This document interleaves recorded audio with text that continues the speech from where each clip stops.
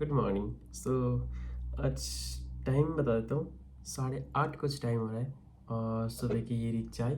सारे फ्रेश व्रेश हो चुका हूँ और अभी अगर बैठूँगा तो एक चाय पीते पीते भी पर सारे सामान रेडी करके भी 9 अगर एग्जैक्ट मान लूँ 9 बजे से लेके 12 खींच सकता हूँ एक सब्जेक्ट। आजकल देख रहा हूँ ना जो व्लॉग हो रहा है, एक ओरिएंटेशन में आ चुका है कि सिर्फ पढ़ाई की बातें चल रही है और शाम को घूमने जा रहा हूँ, पढ़ाई की बातें सुबह चल रही है, शाम को घूमने जा रहा हूँ। एक लाइफ बहुत मस्त चल रहा है, दिन भर पढ़ो रात को घूमो।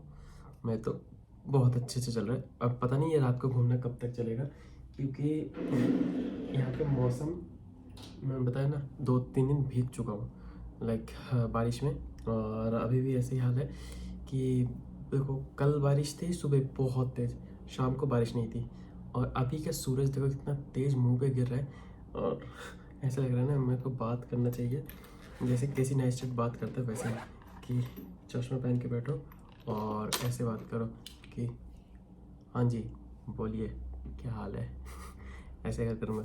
बाय द वे जो भी है, आज मैं थोड़ा सोच रहा हूँ कि मेरे को जितने वीडियोज़ हैं उसमें से तो पढ़ते रहता हूँ मगर उनको रिवीजन नहीं करता हूँ। सो आज क्या करेंगे, जितने भी सीबीएस के चैप्टर कर लिया ना उनको आज रिवीजन करेंगे, और रिवीजन करने के बाद लाइक बुक से रिवीजन, जो भी नोट्स है नोट से रिवीजन करेंगे और उसके बाद क्वेश्चंस लगाएंगे। देखते हो कितना क्वेश्चन सही होता है और कितना तक मतलब 4 चैप्टर में नहीं 3.5 हुआ है, तो उतने का पढ़ के फिर से रिवीजन करके फिर एग्ज़ाम मतलब खुद से एग्ज़ाम देना कितना क्या बैठता है वो सब कुछ इस ब्लॉग में होगा।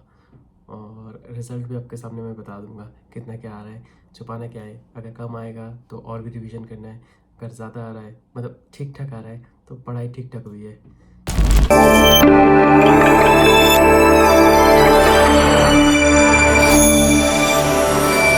सुबह कितना तेज़ धूप था और अभी पढ़ते पढ़ते मैंने बाहर देखा तो बाहर बिल्कुल अंधेरा छाया हुआ है।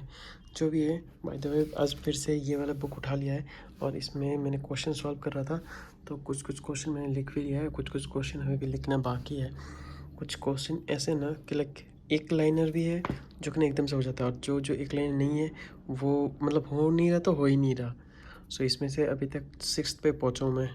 अभी एक क्वेश्चन पढ़ा जिसमें लिखा हुआ है 33 ईयर ओल्ड एक फीमेल है जिसका कि ना BMI वो 43 है और BP 170/98 mmHg, और उसके साथ ABG जो कि ना आर्टियल ब्लड गैस वो भी, उसका जो PO2 है वो 70 mmHg और PCO2 53 mmHg, और जो HCO3 है बाइकार्बोनेट, सो वो है 33 mol पर लीटर।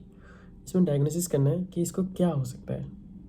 तो मैंने जस्ट ऐसे ही लगाया कि हाँ इसका BMI 43 है, मतलब जो नीचे का था उसमें मैंने पढ़ा भी नहीं। जो BMI 43 है मतलब ये बहुत ज़्यादा मतलब ओवरवेट होगा, बहुत ज़्यादा ही ओवरवेट होगा, क्योंकि 23 या 25 के बाद तो ओवरवेट शुरू हो जाता है, जबकि इसका 43 है। तो मैंने इसमें ऐसे ही टिक कर दिया ओबेसिटी हाइपो वेंटिलेशन सिंड्रोम, और देख रहा हूँ एकदम राइट। लाइक थोड़ा सा लॉजिक लगाना था, क्वेश्चन सही हो गया।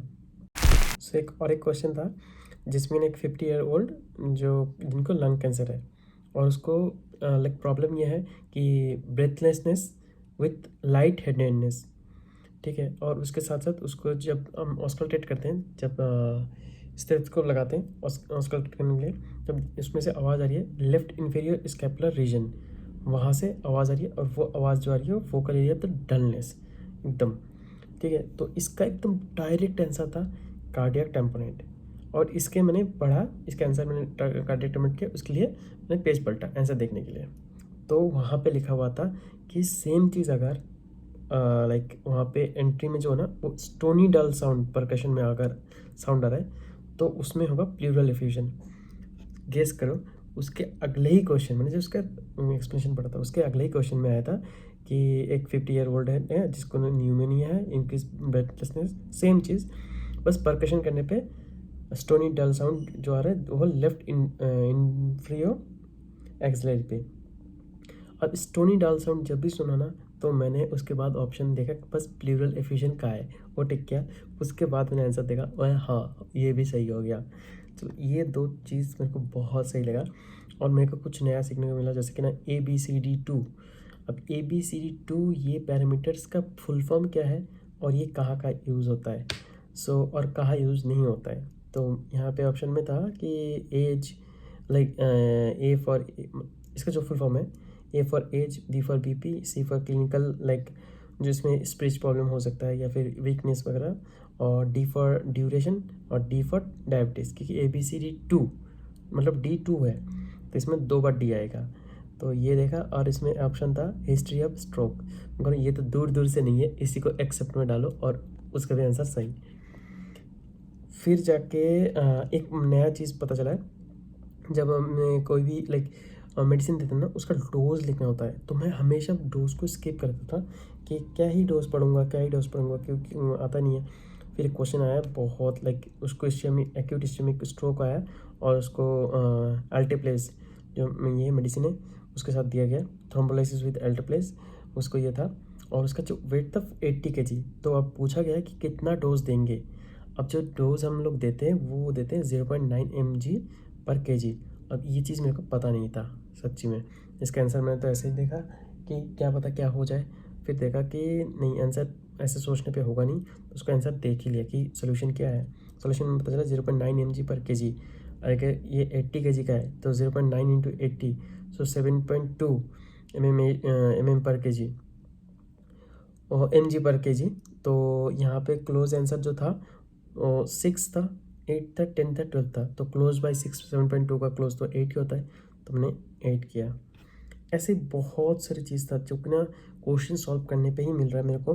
जैसे एक था involuntary hand movement with development of the cognitive and emotional problems. ये एकदम डायरेक्ट वन लाइनर क्वेश्चन है कि इसमें बताओ इसका डायग्नोसिस क्या होगा। इसका नहीं पता था मेरे को। हंटिंगटन कोरिया, हंटिंगटन कोरिया ये था इसका आंसर, जबकि मेरे को नहीं पता था ये इसका आंसर। मैं मोस्टली ना क्वेश्चन सॉल्व करूँगा और ऐसे ही डिस्कस करते रहूँगा, तो मेरे को वो चीज़ ना एकदम दिमाग में चली जाती है। और बाकी आप कमेंट में भी पूछ सकते हो कि भाई इसका आंसर बताओ, उसका आंसर बताओ, मैं देखना उसी के आंसर बताऊँगा भी, एकदम कमेंट में रिप्लाई भी करूँगा तुरंत, मतलब जब भी देखूँगा मैं तब भी रिप्लाई करूँगा। और बहुत जगह पे हार्ट साउंड का ना अलग अलग चीज़ होता है, जैसे कि ना वाई एक्सेस डिसेंट हो जाता है, कभी कभार एक्सेस एक्सेंट वो डिसेंट हो जाता है, और ए वेव एब्सेंट हो जाता है। तो वो कैसे हो सकता है, मतलब कैसे अगर होता है तो उसका क्या बोलते हैं। तो जब एक्स डिसेंट होता है, एब्सेंट रहता है, एब्सेंट एक्स डिसेंट, ठीक है, तब हम लोग बोल सकते हैं कि उसको ट्राइकास्पिड रिगर्जेशन है। एब्सेंट वाई डिसेंट, तो ये मफल्स हार्ट साउंड विद हाइपोटेंशन, और इसमें क्या होता है इंक्रीज JVP। और लास्ट वन जो ए वेव अगर एब्सेंट हुआ तो एट्रियल फिब्रिलेशन, ए से एट्रियल फिब्रिलेशन, ए वेव एब्सेंट, ठीक है। ये बहुत सारी चीज़ मैं अपने भी नोट्स में लिखते जा रहा हूँ कि जिसमें कि ना मैं ये यहाँ पे दिखाई देता हूँ, ये जो सारे नोट्स बना के रखा है मैंने, इनमें लिख रहा हूँ। और हाँ, ये होता है कि मोटर एफेजिया में ब्रोकस एरिया में जो लीजन आता है, अगर कोई बंदा मान लो कि बात कर पा रहा है तो उसका जो ब्रोकस एरिया है वो बहुत सही है। अगर वो बंदा बात कर पा रहा है मगर जो बात बोल रहे हैं वो मीनिंगलेस है, लाइक वर्ड्स उसके बात नहीं आ रहे, मैं स्कूल जाऊंगा, मैं जाऊंगा, खाऊंगा, स्कूल, मतलब कुछ भी बोल रहा है, ग्रामेटिकली ठीक नहीं है, ठीक है। तो उस एरिया में मतलब किसी एरिया में तो डिफेक्ट हुआ होगा ना, तो उसको बोलते हैं वर्निकिस एरिया। तो ये सब चीज़ जो अभी बोला मैंने, Broca's area, Wernicke's area, first year में पढ़ाते हैं, मगर ये चीज़ अभी जाके मेरे से पूछा कि स्पीक में प्रॉब्लम नहीं है मगर उसको नॉन सेंसिकल ग्रामर है, तो एकदम से मैंने ब्रोकस एरिया टिक किया और जबकि ना गलत हो गया, मगर उसके नीचे था वर्निकस एरिया, वो टिक करना था। और वैसे भी उसको जो वर्निकस एरिया उसका और एक नाम लिखा हुआ था फ्लुएंट एफेजिया, जो कि मेरे को नहीं पता था, तो इसलिए मैंने वो टिक कर दिया और उससे गलत हो गया। मगर यही उससे बहुत डिटेलिंग में ध्यान देना पड़ेगा। बाय द वे अभी 12:20 टाइम हो रहा है, मेरे को लग रही है भूख, देखता हूँ क्या क्या है बना हुआ, क्योंकि मैं तो कल भी बाहर खा के आया था। शौरमा मैं बहुत शौरमा खाने लगा हूँ आजकल। शौरमा खाना इतना कम करना पड़ेगा, और जाता हूँ कुछ खाना है तो देखता हूँ, और नहीं होगा तो बनाना पड़ेगा, देखते हैं क्या क्या है नहीं है।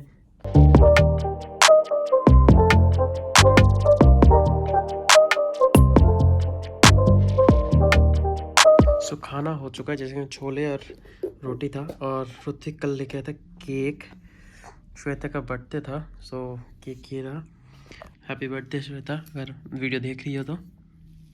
अरे ये तो फ्रिज में रखा हुआ था, बहुत ठंडा हो चुका है।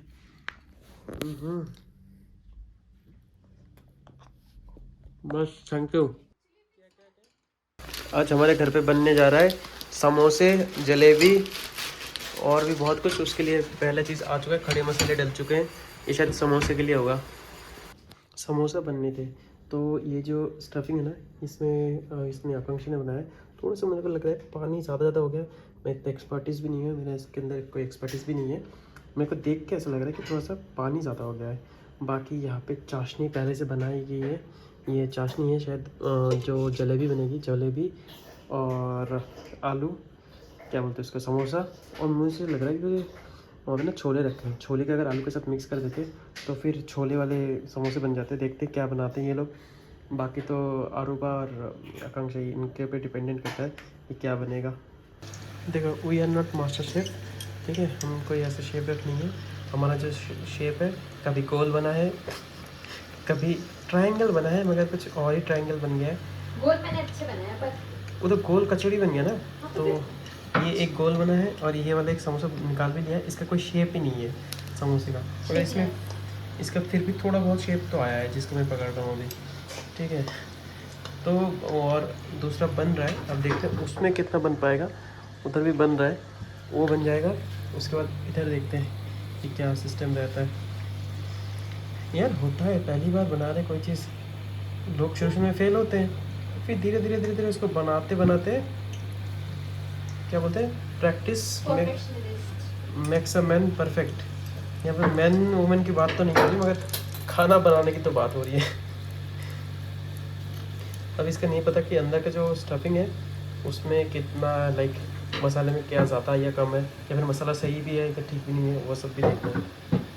सबसे पहले वाला मैंने टेस्ट किया, देखो टेस्ट ठीक ठाक है, मगर ये देखो ऐसे ऐसे शेप में आया है, और ये भी ऐसे शेप में गया है, और इधर भी शेप बन रहा है। ये इस बार थोड़ा सा मोटा बनाना, मैं बना देता हूँ। बाकी तो समोसा और जलेबी क्या मस्त बने थे, बहुत ही अच्छा, मज़ा ही आ गया।